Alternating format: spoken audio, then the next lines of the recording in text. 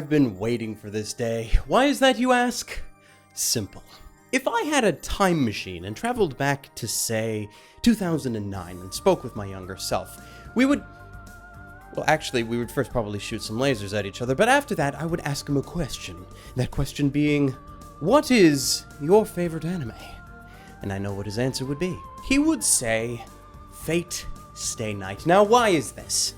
Well, there are a number of reasons. For example, outside the realm of the internet, I am known in real life by the name of Tristan, which means that basically anything related to the Holy Grail and King Arthur legends instantly has me interested. Not just that, but this show has magic and swords and mystical beings and just yes! Yes!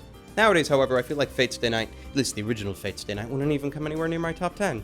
Because when I watch it now, while I can see the aspects of it that made me enjoy it in the first place, I can also now see flaws.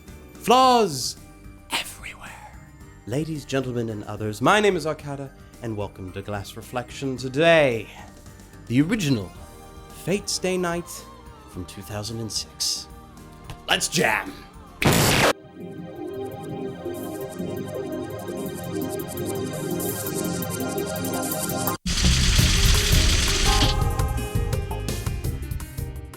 First off, before we get into the nitty-gritty with a plot summary, I should probably point something out. While it is true that I do have a copy of the Fate Stay Night visual novel in my possession, this review is going under the assumption that you, the viewer, and also me, the reviewer, have never actually played it, and quite possibly never will.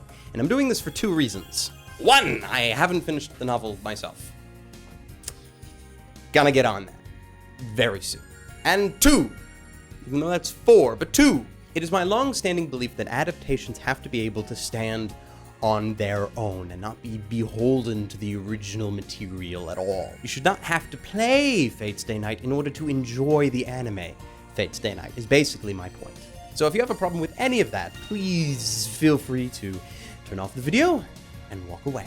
Now, on to the plot summary. In an alternate version of modern-day Japan, there exists a war. Not just any war, a magical war. Fought between powerful mages who are given the ability to summon powerful servants, mystical heroes from the past, to fight one another in glorious combat. The goal?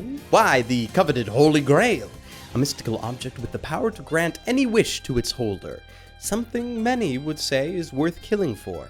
Enter Shiro Emiya, a normal, everyday high school student with a surprising knack for fixing things. After accidentally witnessing one of the magical duels between servants on school property one night, focus is shifted to him as outsiders must never learn about the war. This leads to his accidental summoning of his own servant, one of the more powerful classes, Saber. Thrown into this war against his desires, Emiya must now fight not only for his life, but for the innocent lives of the townspeople.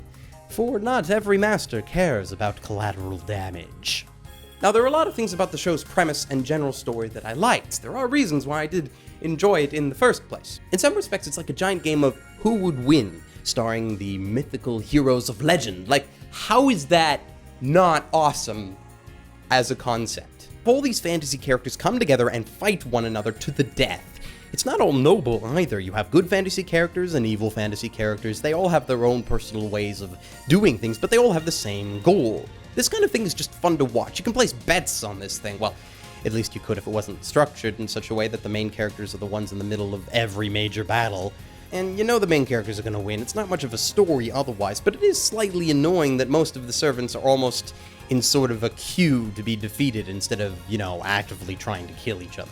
There are other issues about the world in general too, like magic. Magic, for example, in Fate Stay Night, makes little to no actual sense. Now, I realize that magic is magic, and to a certain extent, it is supposed to be able to do the impossible without much explanation. But the problem with Fate is that they try to half-explain it, but not really go beyond that. Anything related to the Grail is left generally unexplained. It can do whatever it wants, because magic. But then you have Tosaka, who attempts to explain different kinds of magic over the course of the show. Projective, reinforcement, like there are tiers to it, like there is order and structure to everything, but then she has these gem things that contain some sort of magic power, and we don't really get explanations about that. Yeah. The rules of the war itself are also vague at times. We were given a very general explanation at the beginning, like the number of masters and servants, etc., but then most of the quote-unquote rules of the war are only revealed when necessary, and then sometimes get contradicted just to suit the plot. There are lots of aha moments to catch the audience off guard. Did I catch you off guard right there? Good. Like, at first it works really well and gives us some rather nice insight into the world, but then after a while, especially with one twist in particular, it all becomes rather trite and stupid. Ultimately, however, the story does work. As much as I complain about the relative mystery of the plot, it is structured rather well, with each master-servant pair getting decent enough screen time to understand who they are and their general motivations for wanting the Grail. Well, for the most part, at least.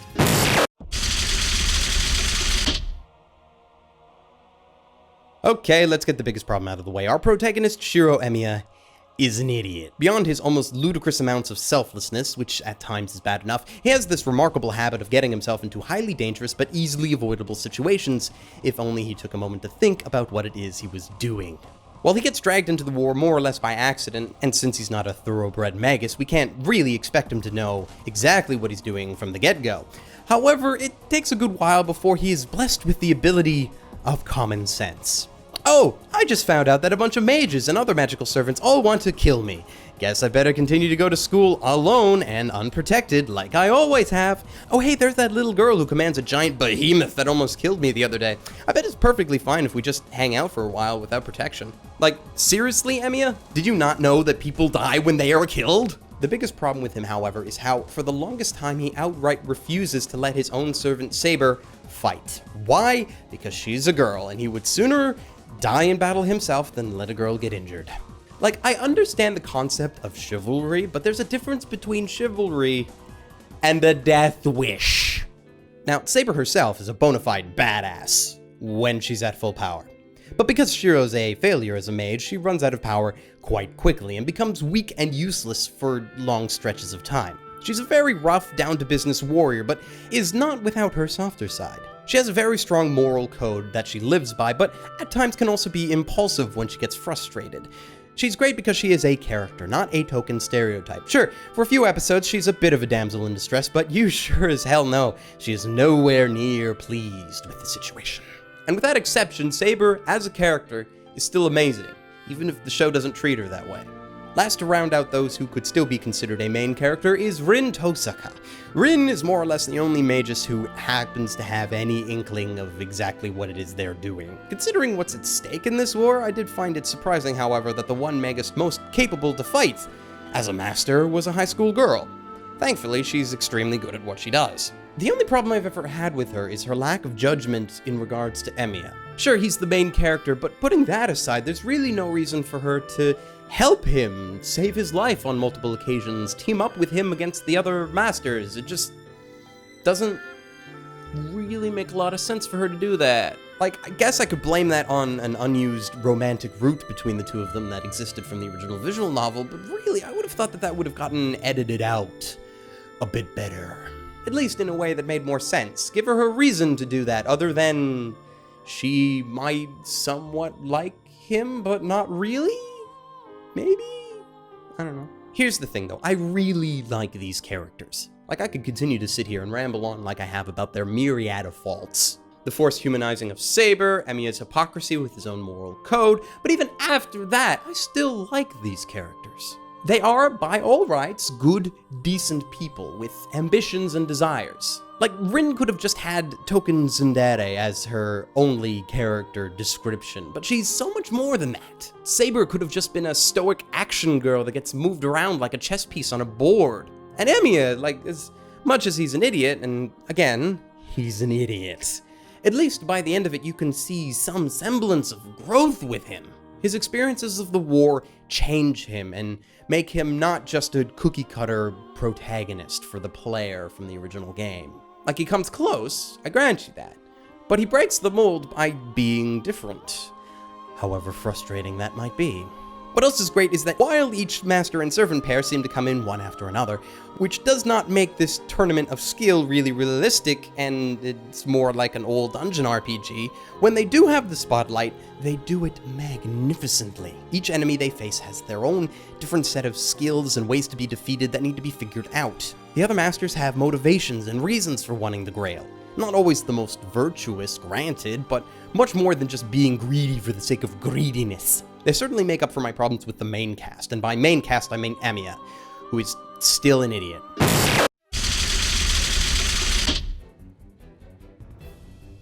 Ignoring the fact that if you happen to watch a show called Fate Zero, the prequel to Fate Stay Night, you'll know what better animation looks like. The majority of the time, the animation for Fate Stay Night looks like a bunch of mediocrity. To be fair though, there are a bunch of standout moments, though generally those are just from fight scenes. Now, Studio Dean have never really been the pillar of animation, but that's never really been their strong suit. Their designs are brilliant, their static images are impressive, it's just when you get to the actual movement that occasionally things tend to dip down a bit. Thankfully, they were able to push out a lot of really good times here and there to make up for a lot of the mediocrity. Well, except for that one time someone thought about adding a giant, horrible 3D rendered dragon out of nowhere that we will never speak of again. The music for the series was composed by Kenji Kawai, master of Atmosphere. While several of his pieces for the show are rather brilliant, I feel like they don't have the same amount of flair that he's brought to other shows like Death Note or Higurashi. Now, he made up for that by improving all of the music drastically for the 2010 Unlimited Blade Works adaptation, but we're not actually talking about that right now, are we? The dub. Let me put it this way, the dub is perfectly serviceable. It does its job, and it's not ear-bleedingly horrible. But if I had a choice, I would watch the show in Japanese, personally. And why is this? Well, it's not the fault of the actors at all, but when you have all of these different characters from all these different places around the world who have come together to fight for the Grail, you don't expect all of them to speak like Americans. And when they do, it just sounds all rather plain. Now, to be fair, it's not like the Japanese dub gave them accents either, but I don't speak Japanese, so that's not something that immediately comes to mind when I listen to it. It's not a problem that I hear and think about constantly while listening to the dub.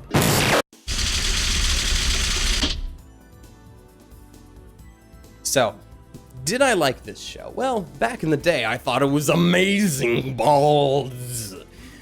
Now, however, not as much.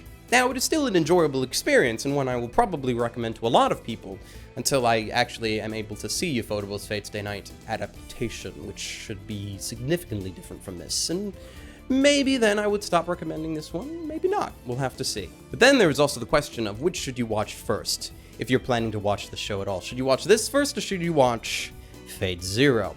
Honestly, in my opinion, if you're going to watch both anyway, watch this first, because this show doesn't hold a candle to Fate Zero, and if you watch Fate Zero first, you're gonna start watching the show and be immensely depressed on just how different the two shows are. Like, this adaptation overall is not horrible, but it just has a lot of factors that I feel will make a lot of people sweep it under the rug as better adaptations come out down the line. Now, I don't necessarily agree that that's what we should do, but I can at least see the mindset of the people who think that way. But with everything in mind, I have meticulously calculated values for the categories of story, characters, animation, sound, and my own personal enjoyment, which, after using those calculations to summon Saber to fight by my side in glorious battle, because that would be amazing, has me awarding Fate Stay Night with an overall score of 6.3 out of 10, and a recommendation to stream it rather than buy. Its flaws are numerous, but overall they get boiled down to a giant list of nitpicks, and have many things of value to balance it out. Ultimately though, the series can, and more often than not, will be skipped by the majority of viewers in favor of the Ufotable works, and I can't really blame them. If however you have the time and wish to witness this series, then I should inform you that at the time of this video, Fate Stay Night has been licensed and is available from Sentai Filmworks, though formerly it's been owned by both Funimation and Geneon. This means, however, that it's not available on Funimation's website for legal streaming anymore, which is quite unfortunate. I have been told, however, that if you live in America, you should be able to find it on Hulu, though being Canadian myself, I have no way to confirm this, so it may be gone by the time you actually watch this. For alternate anime recommendations, I point you towards Scrapped Princess as an example of a complete fantasy setting that deserves more exposure, but will never get it much to my displeasure, as well as Shakugan no Shana, or just Shauna as a more modern fantasy series with a lot of similar elements from Fate, both of which are worth the watch, so hopefully between them you should find something to your liking. And that's it from me. Please subscribe if you enjoyed the video, follow me on Twitter if you feel so inclined, and until next time, ladies, gentlemen, and others, stay frosty.